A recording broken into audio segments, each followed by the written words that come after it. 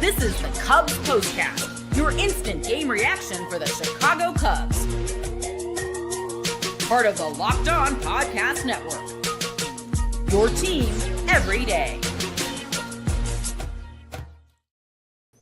What's up, everybody? Welcome into the Locked On Cubs Postcast here on the Locked On Cubs YouTube channel. Joe George here with you on all social media platforms at Joe George Radio.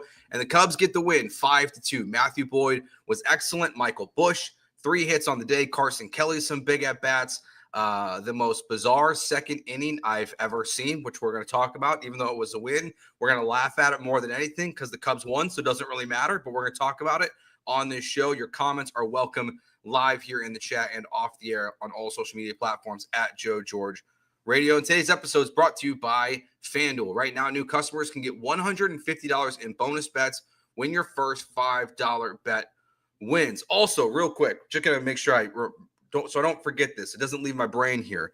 This Saturday, Sam is going to be doing a watch-along on the YouTube channel with Justin Steele for a couple episodes. So make sure you're here on Saturday for when that comes out. All right, let's talk about the game today. 5-2 win, a lot of good, just some weird stuff that happened in this game. We're going to start with today, our Locked On Player of the Game. This is the Locked On Player of the Game. There's not even a question about it. Today's Locked On Player of the Game is Matthew Boyd. I saw Mark here in the comments say before the show even started that Matthew Boyd should be an all-star. Absolutely, Matthew Boyd should be an all-star this year. 7 innings pitched, 2 earned runs, only 5 hits allowed, only a walk, and 5 strikeouts. 88 pitches on the day. He goes 7 strong. Keller comes in, does his job, and Daniel Palencia comes in, gets his 9th save of the season, and just continues to throw absolute gas and strikes out 2 guys there in the top of the 9th. But Matthew Boyd continues to just be phenomenal for the Cubs. Like, yeah, you saw it in this game. The control that he has, it's kind of like, it feels like just like that veteran, crafty guy that knows exactly where the ball is going. He intends to put it in a certain part of the plate, and it goes there most of the time. And that's what he was doing against the Guardians, a team that's really a little bit, that struggles kind of like the Cubs against lefties. And that's why these first 2 games lean heavy to the Cubs. If you looked on FanDuel before the game, the Cubs were on minus 190 on the money line in this one. So it was clear people thought the Cubs were going to win this one. And the reason why they did, though, was largely because of Boyd. He just continues to go out there.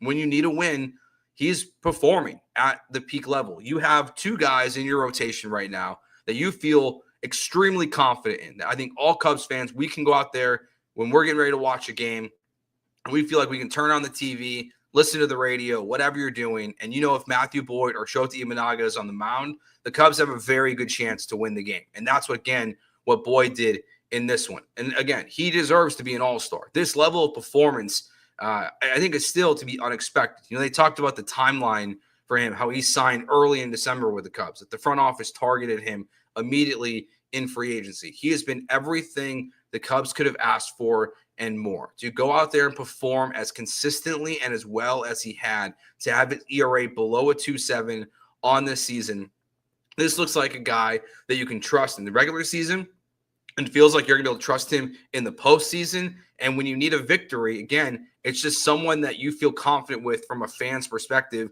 on the mound. And honestly, I'm sure the team and the players feel the same way, that he just goes out there, like he just gives you the ability to go out there and get a win on any given day. That's what Matthew Boyd does. So he absolutely deserves credit for the game today. Let's talk about the good stuff now with the offense. Once after our break, we'll talk about some of the bad stuff, the weird stuff that happened in the second inning. None of it is, a huge deal or anything like that. But when you look at what this lineup did today, you get production from pretty much everyone besides Ian Happ. Carson Kelly, big day, 2 RBI double and the sac fly in this game. He's really started to turn it around. He's hitting over 400 in his last 8 games.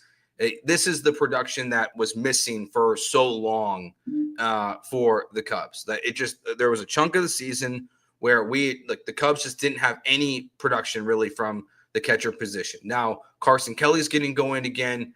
Reese McGuire, when he's out there, has been good. We did get the update today that Miguel Amaya will be back sometime off after the All-Star break. But the catcher position has been huge for this lineup. You know what you're seeing from the You know what you're seeing from Kyle Tucker, Seiya Suzuki, Pete Crow-Armstrong, but the catcher position that just continually goes out there and performs at a very, very high level. So great day for Carson Kelly and Michael Busch, who, again, I'll say it a million times, should be in the lineup every single day. It doesn't matter if he can hit lefties or not. He's not going to learn to hit lefties if you don't give him the opportunity. 3 for 3 on the day today with a walk. Continues to just have an all-star level season. Look, and we'll get there. We'll get to the all-star. I guess it's tomorrow at this point where we will see who makes it in the first crack of all-stars.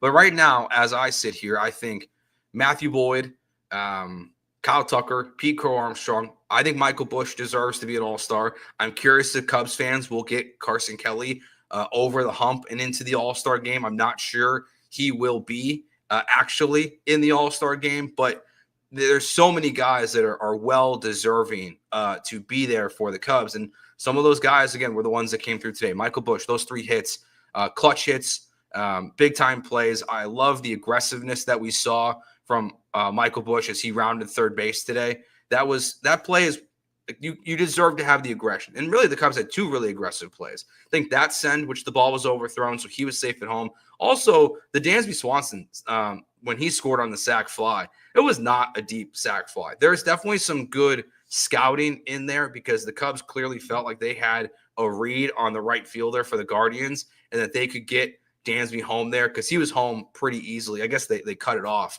as well. But the good plays there on the base pass. Overall, that's the good stuff. There is some bad stuff in this game we're going to talk about. We'll take your questions, your comments. We'll just talk through what happened from start to finish in the second inning of this game. Because, again, strange inning. Very, very good to very, very bad in a short amount of time. So we'll go through all of that when we get back from our break here on the Locked On Cubs postcast on the Locked On Cubs YouTube channel.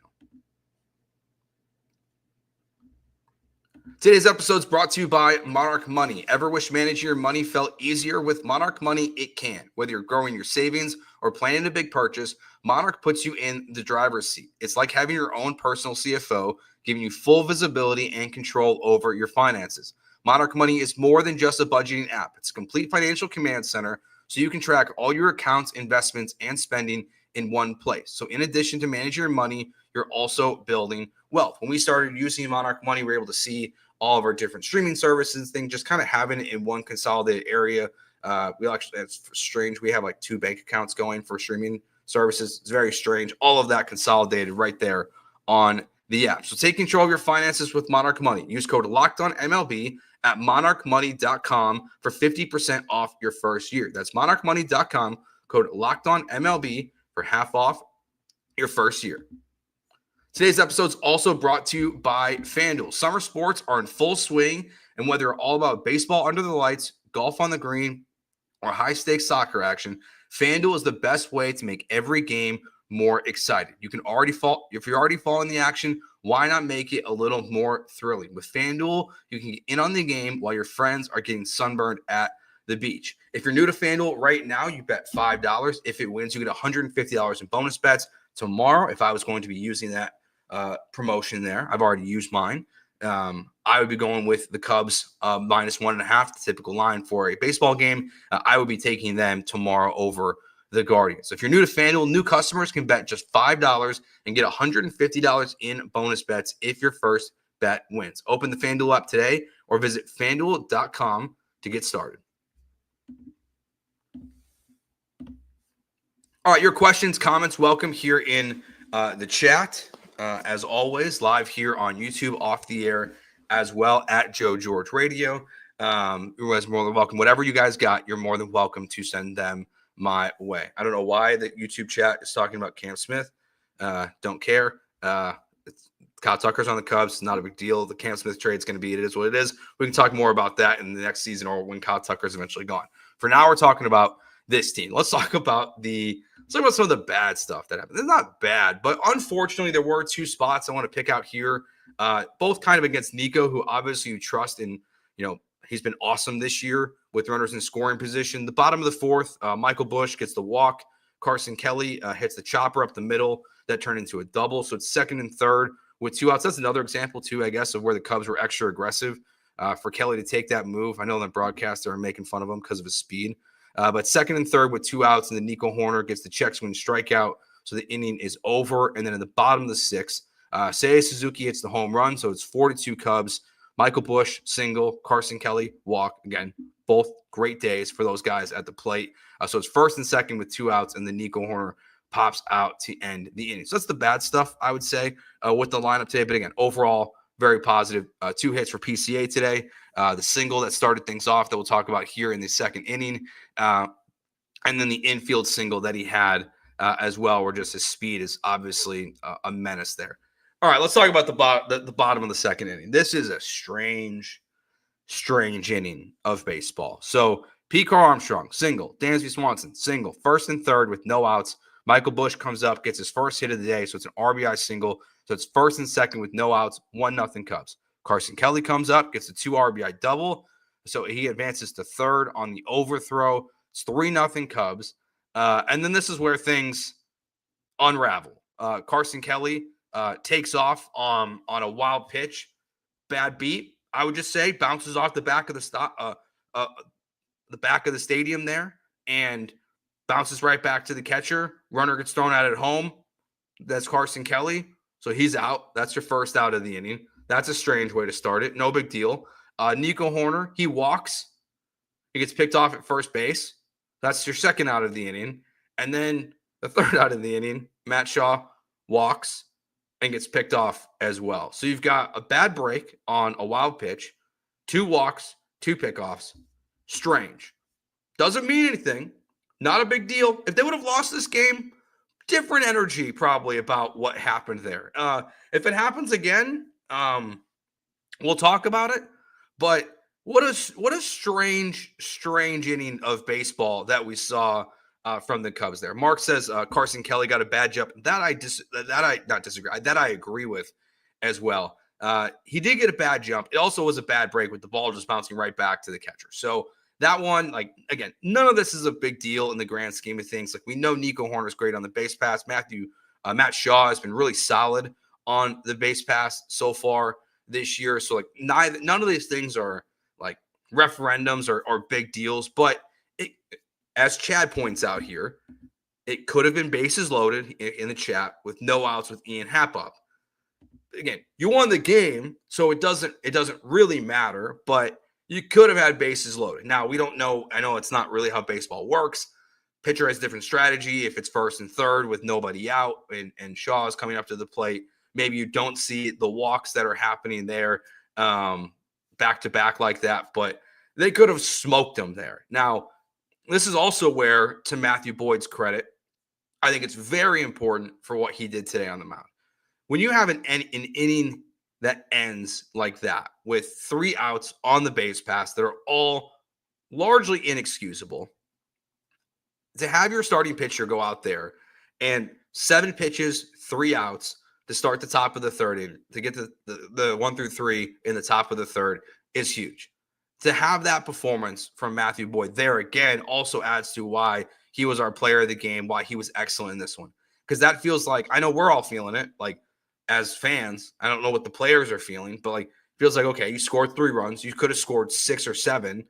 And instead, you have all these mistakes that happen. And then Boyd comes back out there at the top of the 30, goes out again, 7 pitches to get 3 outs. That's a huge response from your starter to go out there and be able to get that level of performance. That's the clutch performance that you need. He doesn't let any bad things happen. He doesn't let the Guardians get rolling. He immediately just goes out there and does his job and was fantastic. And again, you should have had a lot more there. You had 6 runners get to first base or get on base in the second inning. But again, because the Cubs won, as Robert says here in the chat, a win is a win. Absolutely. A win is absolutely a win. You take it however you can get it. And again, it's much more fun to talk about and react and see people's comments about an inning like that when the Cubs win, because obviously if they would have lost, the vibes would be slightly different is the nicest way to put it. All right, this was a good win for the Cubs. You've got the Guardians for 3 games, the Cardinals for 3 games. This is an important homestand. Shota on the mound tomorrow after a little bumpy of a stretch over the weekend. Getting the Cubs going at this homestand feels big. This is a good start. The Brewers are right behind you. The Cardinals are right behind you. I mean, honestly, the Reds aren't that far behind you. Like, this division has gotten tight very, very quickly. A couple questions here before we wrap up. Mark asked, which starting pitcher and batter are we getting in July? It's a great question. Jed kind of poo-pooed the 7 to 10 day timeline that I think we're at, like day 8 of when that was originally reported on the score. That kind of sounds like teams are still trying to figure out who's in, who's out. I think it is a good reminder with the Cubs last year that those 10 days leading up to the deadline flipped the Cubs from sellers to buyers to go get Isaac Paredes. So I don't think we know. My gut tells me right now is that Seth Lugo from the Royals will be the pitcher acquired by the Cubs. I don't know what they're going to do for a hitter at this point. I did not know if they're still going to go out there and spend in that way as well. Josh brings up the Ke'Bryan Hayes rumors. They're going wrong. I hate those. I don't like them. Just keep Shaw there. I'm good with that. Don't need that one.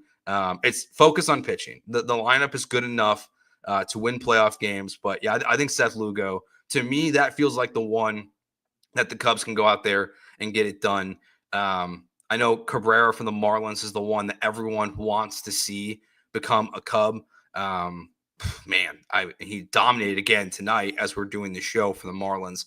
But yeah, I think Lugo will be the guy. Just kind of call my shot there as well. All right, that will do it for this episode of the Locked On Cubs Postcast. Remember, you can find me on all social media platforms at Joe George Radio. Matt and Sam will have their usual show coming up here in a little bit. We'll be back tomorrow after Game 2 of this series with Shota Imanaga on the mound and the Cubs going for a 2-0 start to this series. So thanks for watching. We'll be back tomorrow. Peace.